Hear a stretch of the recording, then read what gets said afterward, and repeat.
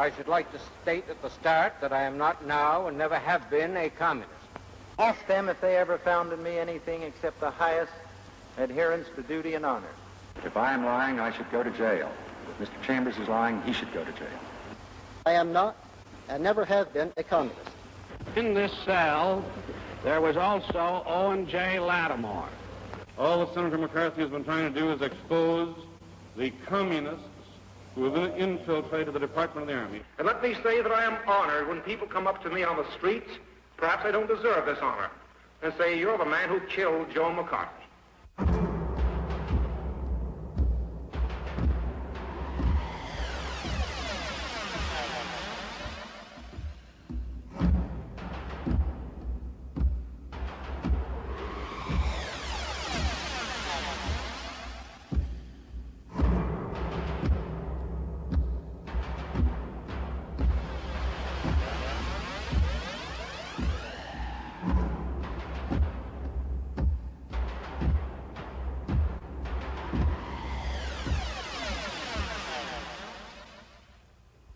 The rapid decline of the power and prestige of the United States undoubtedly will be recorded by future scholars as one of the most amazing events in history.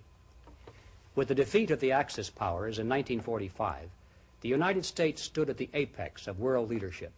She commanded the most powerful military force the world had ever seen. Her economy bolstered scores of nations. She was respected even by her conquered enemies. But long before the children born in that war could vote, the tide had already turned.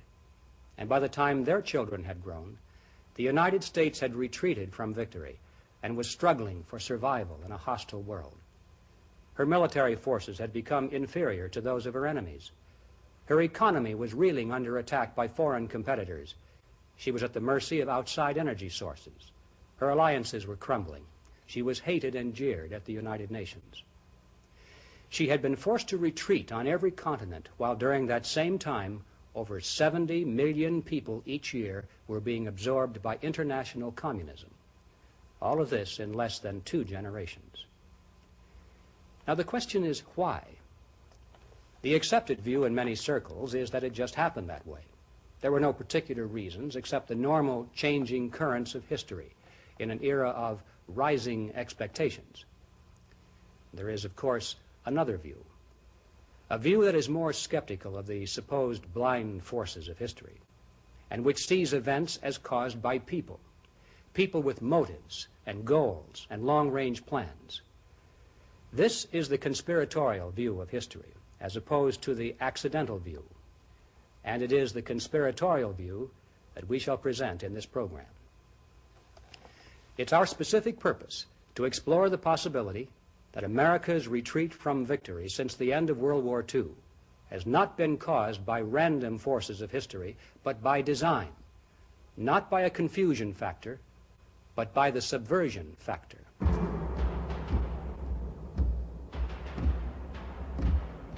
The most significant aspect of communist expansion since 1945 is the fact that it has not been accomplished by traditional military force. These countries were not conquered by external invasion of Soviet troops, but by internal terrorism, revolution, and subversion by people who were citizens of each target nation.